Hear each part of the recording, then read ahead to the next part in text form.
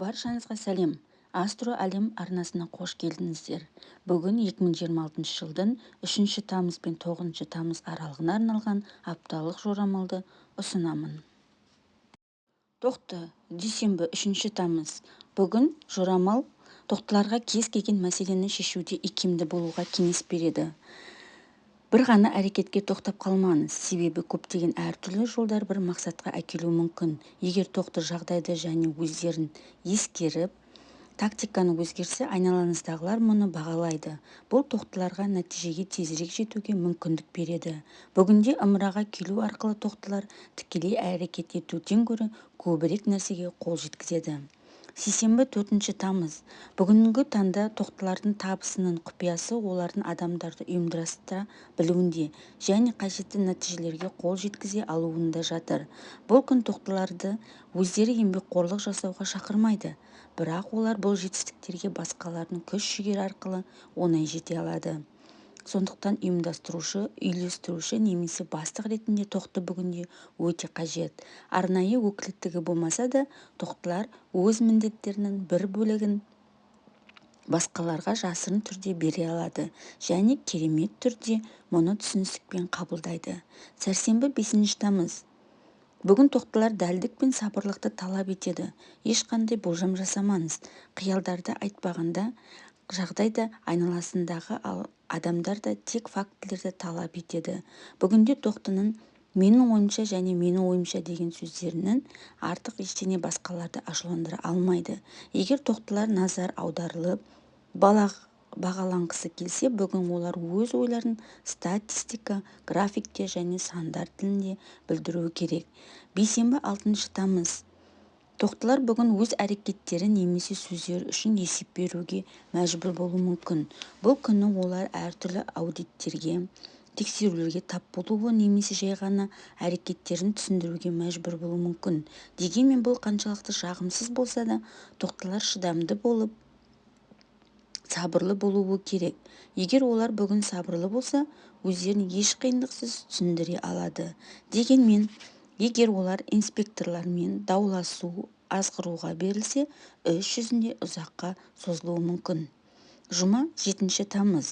Бүгін тоқтылар талдауға немесе егжей-тегжейлі зерттеуге бейім емес.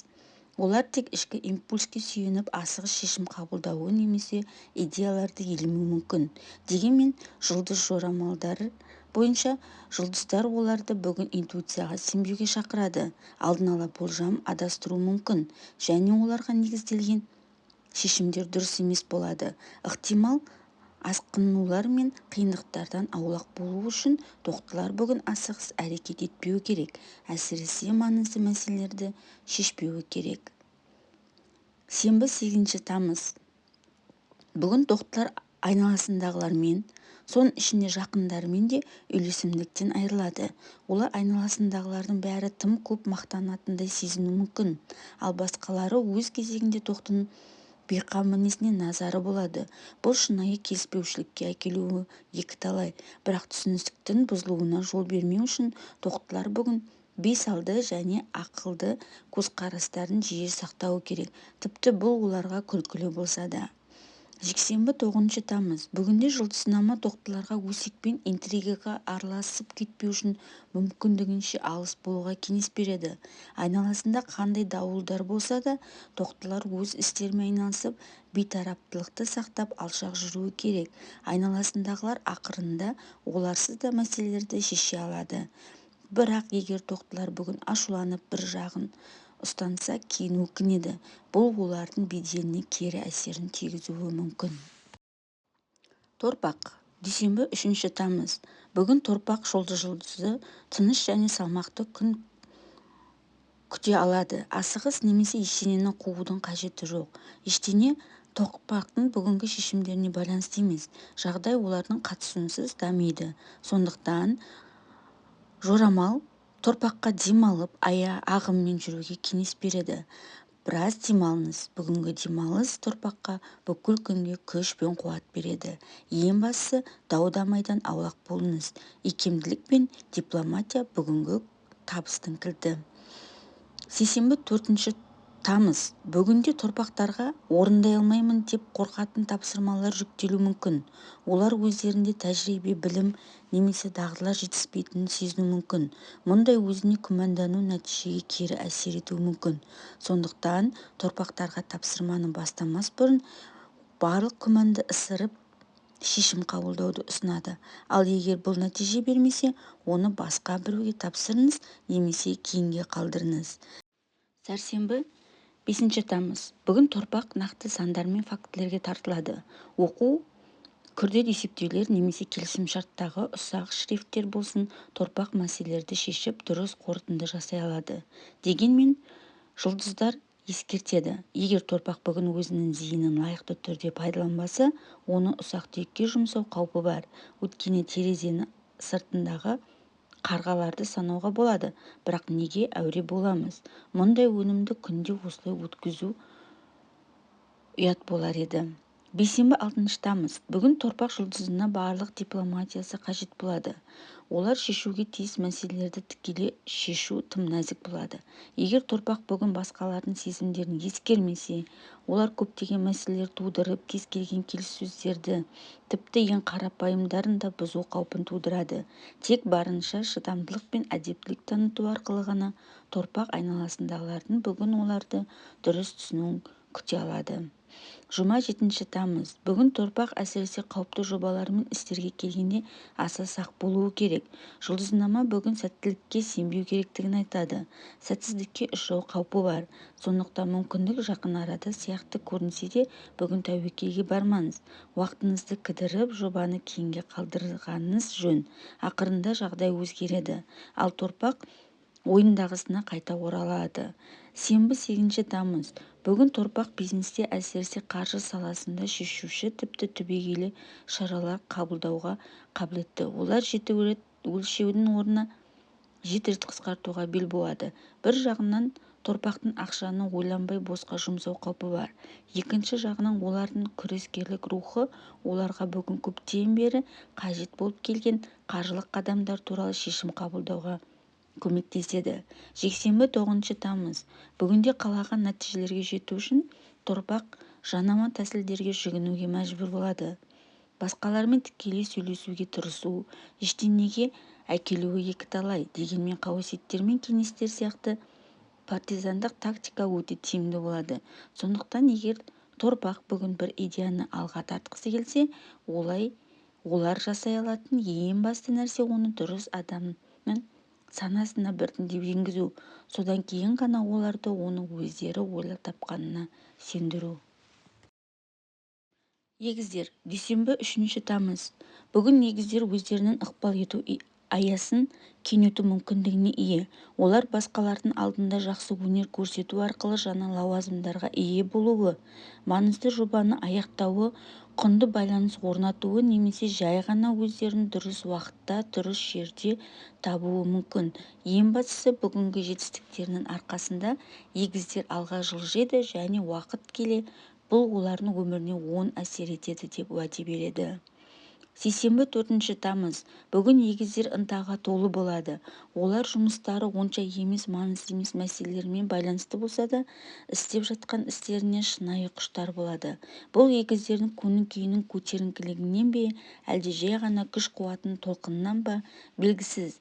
Ең бастысы, осы оң көзқарастың арқасында егіздердің жұмысы бүгін сәтті болады деп уәде етеді. Ал айналасындағылар оларға тартылып күні бойы бірнеше рет кеңес сұрайды. Сәрсенбі 5 тамыз. Бүгін егіздер жоғары орынға асықпайды, бірақ қосалқы рөлдерде керемет өнер көрсетеді. Олар командада жұмыс істеуде немесе басқа біреудің нақты нұсқауларын орындауда ерекше шебер болады. Жалғыз шарт, егіздер бүкіл процесті анық түсінуі керек. Кім не істейді және кім не үшін жауапты, үнсіз және немқұрайлы орындаушының рөлі оларға арналмаған. Бейсенбі 6 тамыз. Бүгінде жұлдыз жорамалы егіздерге басқалармен өз ойынын ойнамауға кеңес береді. Жеңіліске ұшырау қаупі бар. Егер егіздер бұрын ақпаратты жасыруға немесе бұрмалауға тырысқан болса, ол кенеттен ашылуы мүмкін. Ештеңе істеуге болмайды. Бүгін құпиялар ең қолайсыз сәтте жария болуы мүмкін. Дегенмен тек жасыратын нәрсесі бар егіздер ғана алаңдауға себеп табады.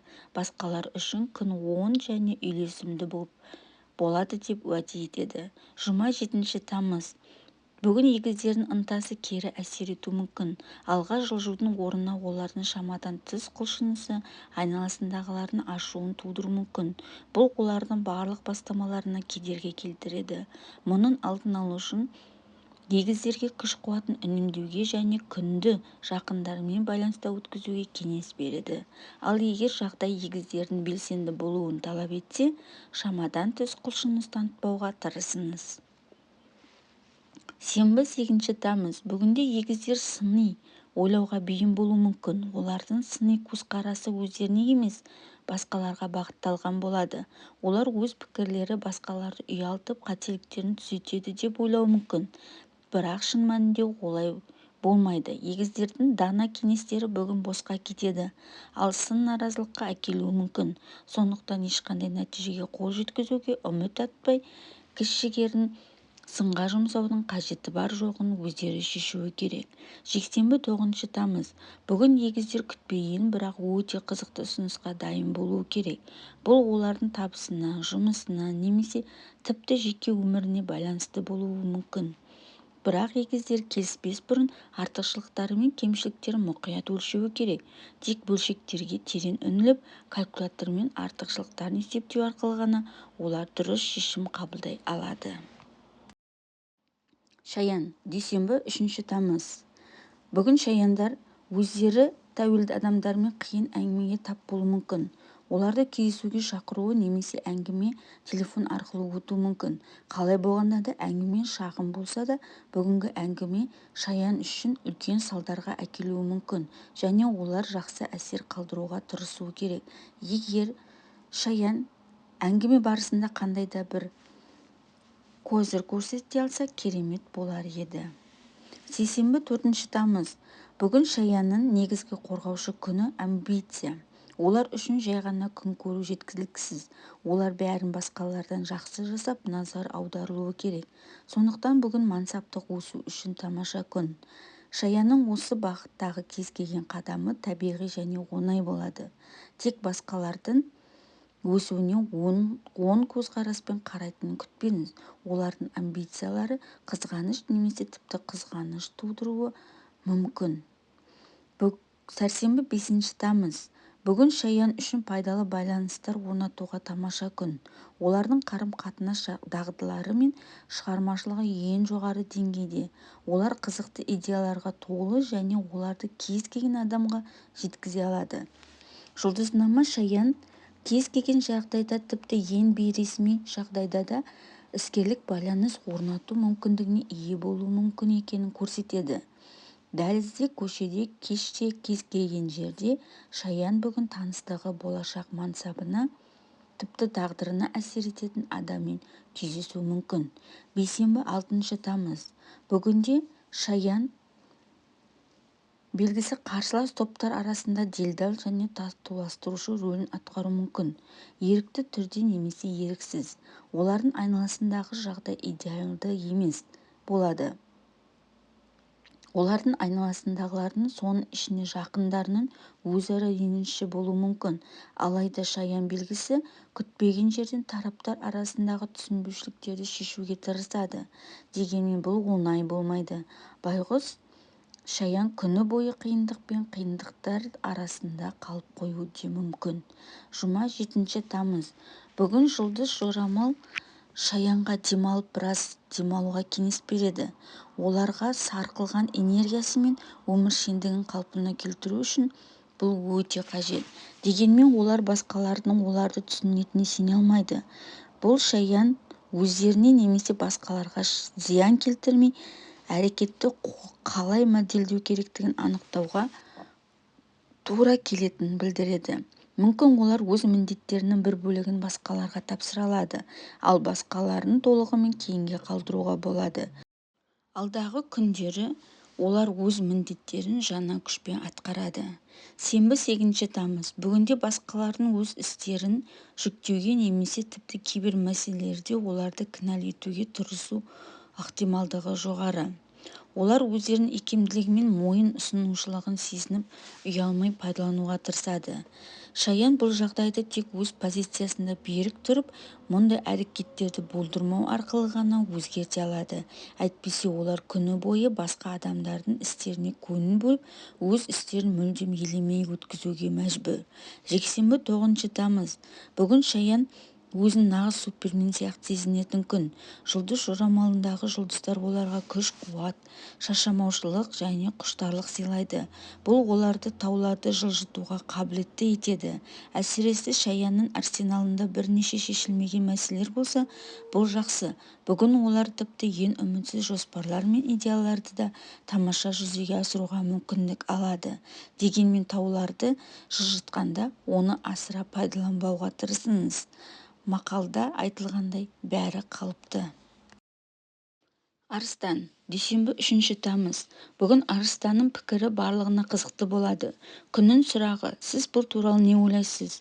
Сөзсіз болатын нәрсемен күреспеңіз. Арыстан бүгін сарапшы және кеңесші ретінде рөлінде керемет болады. Олардың тәжірибесі дұрыс кеңес беруге жеткілікті. Ал олардың жұлдыздар басқаларды Арыстанның кеңесіне құлақ асуға шақырады. Осылайша олардың беделін нығайтады. Сейсенбі 4 тамыз. Бүгін Арыстанға күнделікті тәртіп ерекше ауыртпалық түсіреді. Күн сайын бір ескі тәртіп сіздің айналаңызда болғанда, ол жалықтыра бастайды. Меланхолияға немесе жартылай ұйқылы комаға түсіп қалмау үшін Арыстанға бәрін өзгертіп, бірдеңені өзгертуге кеңес береді. Олар жасай алатын ең аз нәрсе гардеробын жаңарту.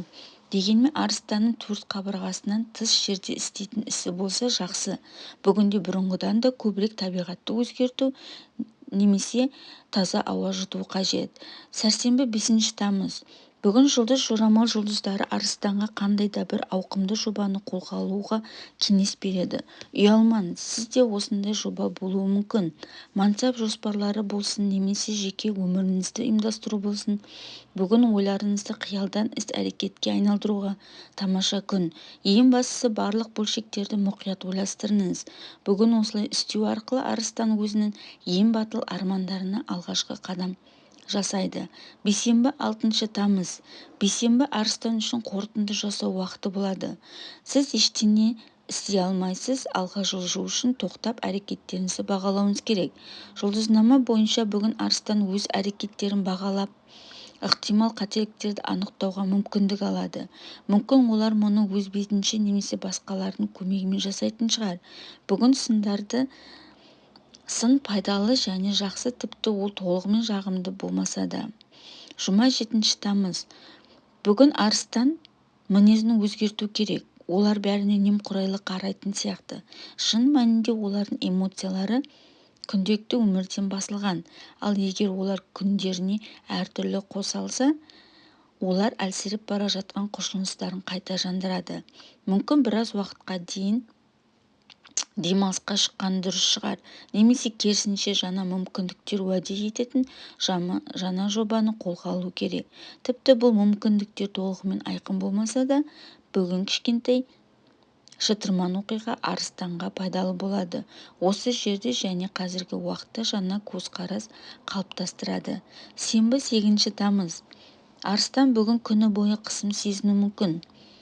Олардың уақыты аз шығар, немесе жағдайларға, немесе басқалардың талапшыл өтініштеріне байланысты шығар. Қалай болғанда да Арыстанның қысымнан құтылуы екіталай. Яғни олар мұнымен келісуге мәжбүр болады. Арыстанның бүгін жасай алатын ең жақсы нәрсесі жалғыздықты іздеу және алаңдататын немесе басқа нәрселерге алаңдамайтын тыныштықпен өз істеріне назар аудару. Жексенбі 9 тамыз. Бүгінде Арыстан айналасындағыларды мәселеге күтпеген тәсілмен таңғалдыра алады. Ол тіпті көпшіліктің сәтсіз күрескен мәселеге талғампаз шешім ұсыну алуы мүмкін. Бұл күн Арыстанды қалыптан тыс ойлауға бейімдейді, және бұл оған көптеген мәселелерге жаңа көзқараспен қарауға көмектеседі. Бұл әсіресе бүгін шабыт толқынын бастан кешіретін шығармашыл арыстандарда байқалады. Бұл оларды қарсы тұруға болмайтын етеді. Бикеш. Дүйсенбі 3 тамыз. Бүгін Бикеш үшін кез келген салада көшбасшылыққа ұмтылу үшін тамаша уақыт болады. Олардың дәлелдері бұрынғыдан да күшті, ал бәсекелестік мүлдем жоқтың қасы. Айналасындағылар оларды қабылдауға дайын, ал жақындары оларды қолдауға дайын. Басқаша айтқанда, Бикештің бүгін алға жылжу үшін қажеттінің бәрі бар. Шешуші әрекет етуге батылдық жинау уақыты келді. Сейсенбі 4 тамыз. Бүгін Бикеш өзіне сенімдік таныту керек, тіпті қажет болған жағдайда жұдырығын үстелге қағып алуы керек. Егер Бикеш шешімділікпен табандылық таныта алмаса, айналасындағылар оларды тез арада екінші планға итеріп, идеялары мен жетістіктерін иемденеді. Сондықтан Бикештің бүгін басқа амалы жоқ. Олар өздерін шеттеуге көніп, немесе өздерінің күшті мінезін көрсетіп, алдыңғы қатарға шығады. Сәрсенбі 5 тамыз. Бүгін Бикеш шоқ жұлдызында алға жылжуға көмектесетін инсайдерлік ақпаратты білу мүмкіндігі бар. Олар кездейсоқ естімеуі керек нәрсені естуі немесе қауесеттер мен басқа да үзік ақпаратқа сүйене отырып дұрыс қорытындыға келуі мүмкін. Ең бастысы, жағдайлардың немесе аналитикалық дағдыларының үйлесімінің арқасында Бикеш жаңа жетістіктер мен табыстардың кілтін ала алады. Бейсенбі 6 тамыз. Бүгін Бикеште барлық істерінде тамыр жайған стереотиптерден арылу керек.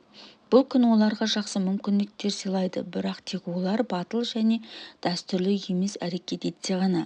Айналасындағылар олардың инновациялық тәсілін және тіпті ең революциялық идеяларын бағалайды.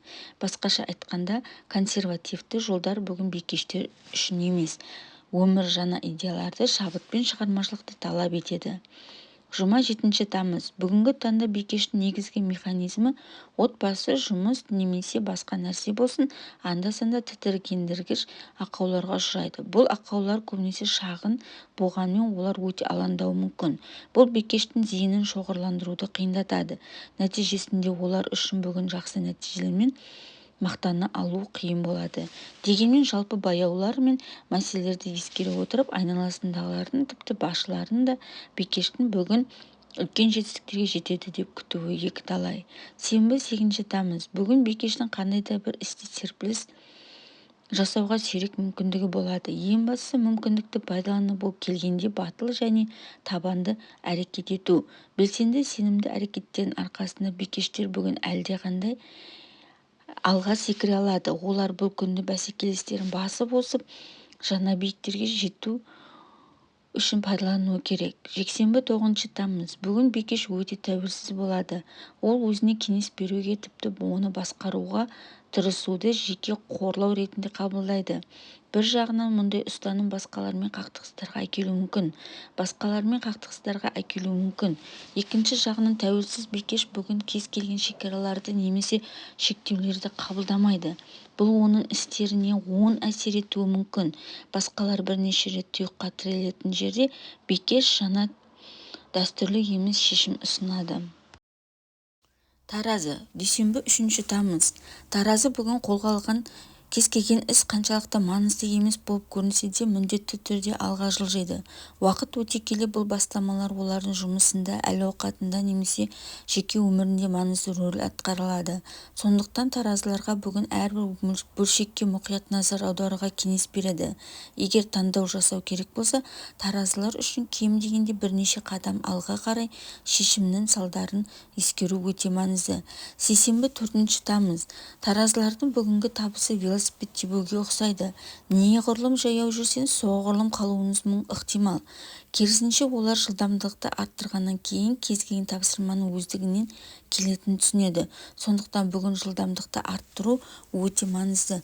Тіпті бұл олардың барлық ерік-жігерін жинауды қажет етсе де, олар жылдамдықты арттырғаннан кейін ұзақ уақыт бойы тоқтай алмайды. Бүгін олар көп жұмысты бір сәтте аяқтай алады. Әсіресе егер олар бос сөзге уақыт жұмсамаса, бұл да жұлдыздардың бүгін оларды бақыттап отырған нәрсесі. Сәрсенбі 5 тамыз. Бүгін таразылар соңғы кезде нені дұрыс істемегенін, қай жерде қателік жібергенін ойлануы керек. Бұл күн оларға өзін сынауға ғана емес, сонымен қатар өздеріне алыстан қарауға, әрекеттерін объективті бағалауға мүмкіндік береді. Мүмкін олар асығыс әрекет еткен шығар, жолдан адасқан шығар, немесе жай ғана істерін істемеген шығар. Мұны бүгін түсіну дегеніміз жағдайды түзетуге алғашқы қадам жасау.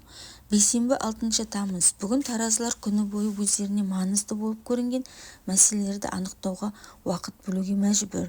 Бұл олардың біреумен жеке қарым-қатынасына немесе кез келген мәселеге, тіпті кішігірім мәселелерге де қатысты болуы мүмкін.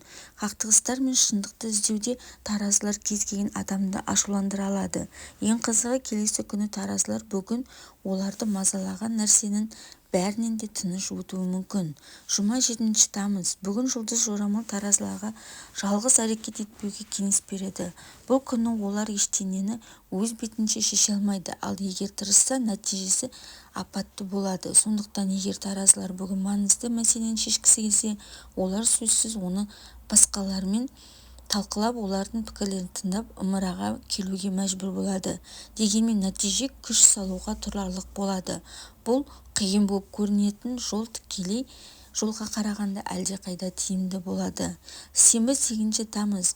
Бүгін таразылар әділеттілік сезімін арттырады. Егер олар өздерінің немесе басқа біреудің мүдделерін бұзылып жатыр деп ойласа, өздерін қорғауға дайын. Кейде өз құқықтарыңызды қорғау және сонымен бірге құқық бұзушыны олардың орнына қою жақсы. Дегенмен бүгінде таразылар құқықтардың бұзылуын тіпті олай болмаса да анықтай алады, немесе мұндай бұзушылықты тек өте жақын микроскоппен ғана анықтауға болатын жерлерде. Жексенбі 9 тамыз. Бүгін күндізгі кейбір оқиғалар таразыларды қатты ренжітіп, тіпті оларды жолдан тайдыруы мүмкін. Үмітсіздікке ұшырамаңыз. Істердің әрқашан жоспар бойынша жүре бермеуі қалыпты жағдай, және әрқашан басқалардың қолдауына сенбеңіз. Бүгін таразылар өздеріне есеп беретін және толықтай сене алатын жалғыз адам өздері екенін есте ұстауы керек. Сонда бүгін көңілсіздіктер айтарлықтай аз болады. Саршаян. Дүйсенбі 3 тамыз. Бүгінде саршаяндар басқалардың сынына дайындалуы керек. Дегенмен өздерінің кемшіліктері туралы есту қаншалықты жағымсыз және ауыр болса да, бұл ақпаратты ескерген жөн. Саршаяндар өздерінің сынағандарын көзімен көруге тырысқан жөн. Мүмкін олар шынымен де өздерімен жұмыс істеуі керек шығар. Сынға деген дұрыс көзқарастан артық ештеңе шаянның бүгінгі ұстанымын нығайта алмайды. Сейсенбі 4 тамыз. Бүгін саршаяндар таңертеңнен бастап жұмысқа кіріседі және оларға шығу қиын болады. Олар соншалықты шоғырланған болады. Сондықтан айналасындағы ешқандай қарбалас оларды мазалай алмайды. Жұлдызнама саршаяндарға басынан аяғына дейін бәрін өздері шешетін міндеттерді тамаша шешу үшін осы зейінді шоғырландыру қабілетін пайдалануға кеңес береді. Дегенмен бүгін олар үшін командалық жұмыс жақсы. Өз ойларына беріліп кеткен саршаяндар басқалардың сөздерін естімейді. Сәрсенбі 5 тамыз. Бүгін саршаяндар қиын шешім қабылдауға мәжбүр болуы мүмкін. Егер екі нұсқанда айқын артықшылықтар мен кемшіліктер болса, олар не істеу керек? Жұлдызнама асығыс болмауға кеңес береді.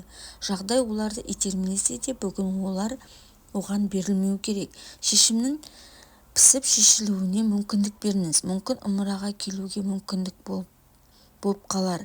Немесе мүмкін саршаяндар оны қарастырып жатқанда үшінші нұсқа пайда болуы да мүмкін. Бейсенбі 6 тамыз. Бүгін саршаяндар өткен қателіктерін еріксіз еске түсіретін күн. Мүмкін олардың салдары айқын болып қалар, немесе жағдай қайталанып дежавю сезімін тудырар, немесе керісінше саршаяндар ескі қателіктерін еске түсіру арқылы ғана жаңа қателіктерден аулақ бола алады. Қалай болғанда да бүгін олар өткен қателіктеріне көз жұмбауы керек. Өйткені тәжірибе біз білетіндей баға жетпес және бір жеңілген екі жеңілмегенге тең деген бекер емес. Жұма 7 тамыз. Бүгін саршаяндар жұмыста, жеке өмірінде немесе басқа кез келген істе тәуекелге бармау керек. Олар аздап болса да сенетін кез келген нәрсе сәтсіздікке ұшырауы мүмкін. Бүгін сәттілік сәтсіздікке ұшырайды. Дегенмен қиындықтардан аулақ болу үшін саршаяндар бүгін тәуекелге барудан аулақ болып, дәлелденген консервативті бағытты ұстануы керек. Немесе қарапайым күнделікті тапсырмаларды орындауы керек. Оларды ақырында жасау керек, ал қателіктер тым ауыр емес. Сенбі 8 тамыз. Бүгінде саршаяндар шындықтың бар екеніне сенімді болып, күні бойы шындықты іздеуге тәуекел етеді. Олардың шындықты іздеуі барлық нәрсеге қатысты болуы мүмкін. Қарым-қатынасқа, жұмысқа және жеке өмірге. Дегенмен саршаян әділеттіктің жеңіске жететінін қаншалықты сезсе де бұлай болуы екіталай. Саршаяндар шындықтың таза түрінде іс жүзінде пайдасыз екенін және оның өздерінен басқа ешкімге қажет емес екенін білгенде таңқалуы мүмкін. Жексенбі 9 тамыз. Бүгін саршаяндар таңертеңнен бастап көшбасшылық сезімін сезу мүмкін. Олар кенеттен басқаларға билік етуге деген ұмтылысты сезініп қана қоймай, маңыздысы айналасындағылар бүгін олардың сөздерін тыңдайды. Саршаяндардың сөздері сенімді болады. Бұл назар аударуды, адамдарды тартуды және оларды өз мақсаттарына сендіруді жеңілдетеді. Дәл осыған, яғни өз жобалары мен идеяларын насихаттауға саршаяндар бүгін назар аудару керек. Күндік күнделікті істерге жұмсау кешірілмейтін салтанат болар еді. Мерген. Дүйсенбі 3 тамыз. Бүгін Мерген бағалы идеялар мен дана ойларға толы болады. Оларды басқалармен бөлісуге қуанышты болады. Барлығы бірдей түсіне бермейді, бірақ кейбіреулер үшін Мергеннің көмегі мен кеңесі өте қолайлы. Сондықтан бизнесті ләззатпен үйлестіру үшін жұлдыздар бүгін Мергенге тәлімгерлік рухын өздерінен кішілерге немесе қолдауға мұқтаж адамдарға бағыттауға кеңес береді. Бұл барлық талаптар үшін пайдалы болады, немесе олар өз істеріне назар аудара алады, әсіресе олар жақсы демалуға уәде бергендіктен. Сейсенбі 4 тамыз. Бүгін Мергеннің ұйымдастырушылық қабілеті күтпеген жерден ояну мүмкін, және жағдай осыған қолайлы болады. Олардан жиналыс өткізуді, кеш ұйымдастыруды немесе пикник өткізуді сұрау мүмкін, немесе бұл күн оларға басқаларды тартуды қажет ететін басқа да міндеттерді жүктеу мүмкін. Қалай болғанда да Мергеннің бүгін мұндай мәселелерді шешуге барлық мүмкіндігі бар. Бұл айтарлықтай күш пен жүйкені қажет етеді, бірақ сонымен бірге жағымды бонустар әкеледі. Сәрсенбі 5 тамыз. Бүгінде Мерген қаншалықты тәжірибелі болса да, жағдай оларды уақытша студент рөліне қою мүмкін. Оларға тәжірибелі біреумен кеңесу қажет болуы мүмкін, немесе басшыларды оларды жеке бақылауына алуы да мүмкін, немесе олар жұмыс үшін қажетті ақпаратты басқа біреудің әңгімесінен алатын шығар. Қалай болғанда да бүгін олар басқалардың кеңесіне құлақ асып, есте сақтау керек. Егер сіз табысқа жеткіңіз келсе, үйренуге ешқашан кеш емес. Бейсенбі 6 тамыз. Бүгін Мергеннің ішкі қақтығысы болуы мүмкін. Олар мәжбүрлі түрде жасалған барлық нәрсені мақұлдамайтын сияқты. Кейбір нәрселер олардың жағдайды түсінуіне қайшы келетіндіктен ұнамайды. Мергенге бүгін өз сезімдерін реттеуге уақыт бөлуге кеңес береді. Олар шынымен мәжбүрлі түрде жасалған нәрселерді ұнатпай ма? Егер жауап иә болса, Мергеннің әрекет ету уақыты келген шығар, немесе күмәндарын жақындарымен бөлісуі мүмкін. Жұма 7 тамыз. Бүгін Мерген өзіне ғана сенбеу керек. Шамадан тыс сенімділік қателіктер мен сәтсіздіктерге әкелуі де мүмкін. Бұл күні Мерген алдында тұрған нәрсені оңай елемей қалуы, немесе қарапайым мәселелерде қателік жіберуі де мүмкін. Дегенмен Мерген серіктестікке өркендейді. Егер оларға жақын біреу оларды басқаруға келсе, олар әлдеқайда мұқият болып назар аудармайтын болады. Сенбі 8 тамыз. Бүгінде жұлдызнама Мергендерге тек тікелей жолмен жүруге кеңес береді. Өз ойынан ойнауға тырысу, ештеңені жасыру немесе бұрмалау туралы айтпағанда қайғылы аяқталуы мүмкін. Сондықтан егер Мерген қалаған нәтижеге қол жеткізгісі келсе, олар ашық әрекет етуі мүмкін. Айналасындағылар Мергеннің бүгінгі адалдығы мен тікелейлігін бағалайтын болады, бірақ олар қарым-қатынаста тым алысқа бармауы керек. Тіпті ашықтықтың да шегі бар. Жексенбі 9 тамыз. Бүгін айналаңыздағылар, соның ішінде жақындарыңыз, Мергеннің шыдамдылығын үнемі сынап көреді. Бұл шексіз емес, бір кезде тостағанның тасып кетуі таңғаларлық емес, ал Мерген жарылып кетуі мүмкін. Мұның алдын алу үшін Мергенге жарыла бастағанша күтпей, бүгін біртіндеп бу шығаруға кеңес береді. Соңғы минутқа дейін аузыңызды жинап, содан кейін қатты ашуланғанша күні бойы ақырын күңкілдеп сөйлеген дұрыс. Тау ешкі. дүйсенбі 3 тамыз. Бүгін тауешкілер қиын міндетке тап болады. Олар жеке істеріне көңіл бөлгісі келеді және басқалардың кедергі келтіруінен сақтану үшін күні бойы қарбалас әрекеттер етуге мәжбүр болады. Мұның жақсы себептері бар. Айналасындағылар тауешкіні тапсырмалар үшін жақсы нысана ретінде қарастырады. Ал егер олар өздерін өз жұмыстарымен қорғамаса, жай ғана отыра алмайды. Сондықтан тауешкінің бүгінгі 100% жұмыс жүктемесіне ешкім күмәнданбауы керек. Бұл жұмыс жүктемесінің шынайы немесе жоқ екендігі онша маңызды емес. Сейсенбі 4 тамыз. Бүгін тауешкілер жеке мәселелер мен мәселелерге батып кету қаупін тудырады. Бұл қатал бәсекелестік пен қысымға әкелуі мүмкін. Мүмкін әріптесті тауешкілерді әлсіретуге тырысып, оларды ығыстырып жіберу мүмкін. Немесе бүгін тауешкілер жаман ниет білдірушілердің шабуылына тап болуы да мүмкін. Қалай болғанда да оларға барлық күштерін, табандылықтарын және ерік-жігерлерін жинап қалыптасқан позициясынан бас тартпауға кеңес береді.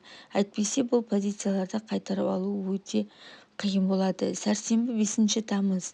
Бүгін жұлдыз жорамал тауешкілерге болашақ мүмкіндіктерін қарастыруды ұсынады. Ақылсыз түрде алға жылжу оларды биікке көтере алмайтын стратегия. Тауешкінің өмірі тұрақсыз жағдайға тап болып, алға жылжуға аз уақыт қалдырған болуы мүмкін. Бірақ бүгін олардың әлеуетін саналы түрде бағалауға жақсы күн. Мүмкін тауешкілер өздерінің шынына жеткенін және бұл шынның аса биік емес екенін анықтар. Қалай болғанда да бүгін олардың жағдайын түбегейлі жақсартудың жолы қарастырған жөн. Себебі бүгін олардың ақыл-ойы шынына жететініне уәде береді. Бейсенбі 6 тамыз. Бүгін тауешкілер оларға өте сын көзбен қарайды. Сондықтан оларға мүмкіндігінше қарым-қатынасты азайтуға кеңес береді, әсіресе бастық сияқты тәуекелді адамдармен. Егер бұл сәтсіз болса, тауешкілер өз әрекеттері мен сөздерінің сынға ұшырамауы үшін қолдан келгеннің бәрін жасауы керек. Әсіресе бүгін олар идеялар мен бастамалар алға тартуды аулақ болуы керек. Назар аудару арқылы тауешкілер кінәлі болып қалуы мүмкін. Жұма 7 тамыз. Бүгінде тауешкілер басқалардың қатысуымен ірі жобаларды қолға алмау керек. Олардың табысқа жетуі екіталай. Бұл кез келген бірлескен кәсіп орындарға да қатысты. Тауешкілер бүгінде аздап болса да сене алатын жалғыз адам бұл өздері. Бұл олардың жеке жауапкершілігі бар және ешкім қаншалықты тырысса да араласа алмайтын жобаларға назар аударудың мағынасы бар екенін білдіреді. Сенбі 8 тамыз. Бүгін қалаған нәтижеге жету үшін тауешкілер олардан не күтілетінін айтылуы керек. Шын мәнінде не ойлайтынын емес, немесе ең болмағанда күмәндар туралы дұрыс уақытта үнемдеңіз. Мұны айналып өту мүмкін емес. Ашықтық әрқашан орынды бола бермейді, әсіресе маңызды әңгімелерде. Бүгін бәрін ашық айту арқылы тауешкілер бизнеске де өздеріне де зиян келтіруі мүмкін. Егер олар түсініктеме бермесе, олар жеңіске жетуі мүмкін. Жексенбі 9 тамыз. Тауешкілер бүгін көптеген тосын сыйлар күтуі мүмкін. Бұл белгілі бір мәселелерге мүлдем жаңа көзқараспен қарауға әкелуі де мүмкін. Олардың жұмысында жаңа фактілер пайда болып, немесе айналасындағы біреу мүлдем күтпеген жағын ашады. Әрине, мұның бәрі тауешкілердің күнделікті өмірінен алаңдатады, бірақ сонымен бірге жаңа әсерлер береді. Су құйғыш. Дүйсенбі 3 тамыз. Бүгін су құйғыш кенеттен қуыршақ ойнауға деген талантын ашуы мүмкін. Олар қалаған нәтижеге жету үшін көрінбейтін жіптерді нәзік тартады. Бұл әрекет істені міндетті түрде дөрекі интригамен ешқандай байланысы жоқ. Керісінше су құйғыш тікелей емес, жанама тәсілдері шеберлі болады. Кейде жеке сүйкімділікті, кейде сендіруді немесе байланыстарды қолданады.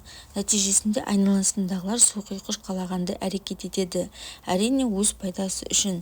Сейсенбі 4 тамыз. Бүгінде су құйғыштардың нәтижеге жетуі деген ұмтылысының олардың жұмысына үлкен кедергі келтіруі мүмкін. Ең қызығы, мұндай асығыстық керісінше әсер етеді, жұмысты баяулатады және мерзімдерді кейінге қалдырады. Су құйғыштарды кез келген кезеңде және кез келген істе кешігулер мен кедергілер күтіп тұруы мүмкін. Су құйғыштар бүгін жағдайды тек ішкі шыдамсыздықтарынан арылу арқылы ғана жақсарта алады. Егер олар мұны істей алмаса, өкінішке орай бастаған істерін аяқтаудан алыс болады. Сәрсенбі 5 тамыз. Бүгін су құйғыштар жеке қарым-қатынаспен жұмысты араластырудан аулақ болуы керек. Тіпті жағдай оларды осылай істеуге итермелеуі мүмкін. Олар танитын біреу олардан кәсіби дағдыларын пайдалануды сұрайтын шығар, немесе тіпті оларды ресми лауазымын пайдаланып қандай да бір келісімге тартуға тырысатын шығар. Жұлдызнама бүгін одан аулақ болуды ұсынады, әйтпесе су құйғыш өкінеді. Ең жақсы жағдайда бұл олардың жұмысына немесе достығына зиян келтіреді. Ең нашар жағдай екеуінде де. Бейсенбі 6 тамыз. Бүгін су құйғыштар бизнесте ешқандай шарға күтпеуі керек. Тамаша күн. Әрине, бұл олардың айналасындағылардан мөлдір адалдыққа үміттеніп толықтай босаңсуы мүмкін дегенді білдірмейді. Дегенмен шындық сақталады. Бүгін адасу немесе алдану ықтималдығын нөлге жақын. Сондықтан бұл күн келіссөздер мен мәмілелер үшін, әсіресе тәуекелге байланысты келісімдер үшін қолайлы. Жұма 7 тамыз. Бүгінде жұлдыз жорамал жұлдыздары су құйғыштарға өз жобаларының немесе тіпті өздерінің презентациясын жасауға кеңес береді. Айналасындағылар жақсы жауап береді. Бұл күн су құйғыштарды бейнелер мен эмоциялар тілінде сөйлеуге шақырады, және бұл тілге барлығы ынтамен жауап береді. Басқаша айтқанда, су құйғыш бүгін тыңдаушының сандар мен фактілермен шамадан тыс толтырмау керек. Жарқын жұқпалы эмоциялар жеткілікті, және адамдар оны қадағалап отыруға құлықты болады. Сенбі 8 тамыз. Бүгін су құйғыштар мәселелерге шешуші және күрескер болады. Түйінді шеше алатын болсаңыз, неге оны шешуге тырысасыз? Ең қызығы, мұндай түбегейлі шаралар кейбір мәселелерде көмектесе алады. Бірақ барлық су құйғыштар үшін бүгін уақыт пен нәзік тәсілі қажет ететін мәселелерге жақындамаған дұрыс болар еді. Әйтпесе олар өздерінің толық сәтсіздігі мойындағандары жөн. Жексенбі 9 тамыз. Бүгін су құйғыш құнды идеяны түбегейлі жоғалту қаупін тудырады. Бұл оларды асығыс шешім қабылдауына және егжей-тегжейлі зерттеуге құлақсыздығына байланысты кешігіп қалған өкініштерден аулақ болу үшін бүгін олар кез келген жаңа ойларға, жобаларға және идеяларға ашық болуы керек. Өйткені су құйғыш олардан бас. Балықтар. Дүйсенбі 3 тамыз. Бүгін балықтар кез келген істе назарды өзіне аударып, айналасындағыларға онша мән бермейді. Олар қандай да бір ерекше қарым-қатынасқа немесе ерекше жағдайларға үміттенуі мүмкін. Балықтарға өздерінің дұрыстығына қаншалықты сенімді болса да, оны талап етпеу керек екенін ескертеді. Бүгін олар басқалармен ортақ тіл табысуға тырысуы керек, керісінше емес, әйтпесе реніш пен жанжал сөзсіз болады. Сейсенбі 4 тамыз. Бүгінде балықтар шоқ жұлдызының өмірлік ұраны «мен мұны өзім жасай аламын» деген ымырасыздық болады. Олардың гороскоп жұлдыздары оларды басқалардың соңынан еруден немесе тіпті олармен кеңесуден бас тартады. Осыған байланысты олардың көптеген шешімдері күтпеген болып көрінуі мүмкін. Ал мәлімдемелері мендікке толы болады. Дегенмен шын мәнінде балықтар асығыс әрекет етуге бейім емес, және егер олар бірдеңені қолға алса, нәтиже үшін жауапкершілікті өз мойнына алуға дайын. Сондықтан балықтарға жақын адамдар оларды жағдайына қалдыруы керек. Балықтар қалағаннан бәрін өздері жасайды, жақсы нәтижелерге қол жеткізеді. Сәрсенбі 5 тамыз. Бүгін балықтарға сонша адам болса, сонша пікір деген сөз бірнеше рет еске түседі. Маңызды емес және қарапайым мәселелер бойынша олар үнемі келіспеушілікке тап болуы мүмкін. Тіпті басқалармен қақтығысып қалуы да мүмкін. Таңқаларлық емес, бүгінгі күні олардың басшыларының пікірлерімен сәйкес келмейді. Бұл кезде көнісі болуы мүмкін. Дегенмен балықтарға өз лауазымдарынан ұрыссыз бас тартуға кеңес береді. Бастық жақсы біледі дегенде, мақал айтылғандай кем дегенде бүгін.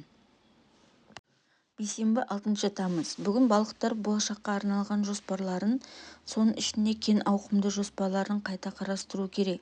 Мүмкін қателік кіріп кеткен шығар. Ал балықтар біраз уақыттарын бері дұрыс жұмыс емес жолда жүрме. Әрекеттеріңізді мезгіл түзетіп, оларды шындықпен салыстырып отыру өте маңызды. Бүгін мұны істеуге уақыт бөлу балықтар үшін пайдалы болады. Бұл оларды артта қалдырған иллюзиялар мен қате түсініктерден арылтады. Тек осылай істеу арқылы ғана олар алға жылжи алады. Жұма 7 тамыз. Бүгін балықтар бәрібір қарағанда көрінгенде болмайтынына дайын болуы керек. Тосынсыйлар жағымды да жағымсыз болуы мүмкін. Мысалы, олар бұрыннан шешілген деп ойлаған мәселелері бүгін сиқырмен шешілгенде өздігінен шешілуі мүмкін. Басқаша айтқанда, балықтар күні бойы жүректерін қадағалап кез келген күтпеген бұрылыстар мен бұрылыстарға дайын болуы керек. Сенбі 8 тамыз. Бүкіл балықтар үшін қоқысты жинау күні. Тіпті бұл олардың кестесінде болмаса да жағдай кем дегенде бірдеңені ретке келтіруді талап етеді. Мүмкін сол бірдеңе олардың үстелі болар, немесе балықтарға өздерінің істері мен жоспарларын ретке келтіру уақыты келген шығар. Қашпаңыз, себебі бұл процесс барысында балықтар ұмытылған, бірақ әлі де өзекті және құнды нәрсені табуға барлық мүмкіндікке ие. Дегенмен басқалармен қарым-қатынас жасағанда бүгін сөздеріңіз бен сөзіңізге өте абай болыңыз. Бұл өрт тудыруы мүмкін. Жексенбі 9 тамыз. Бүгін балықтарға ұйымдастырушы қабілеттерін толық дамытуға мүмкіндік береді. Тіпті бұрын өлі ұйқыда да болса да. Басқаларға тапсырмалар беру, міндеттерді бөлу және ынтаны ояту, мұның бәрі бүгін балықтардың қолында болады. Дегенмен балықтарда басқаларды басқару мүмкіндігі болмаса да, бүгін олар өздерін керемет ұйымдастыра алады.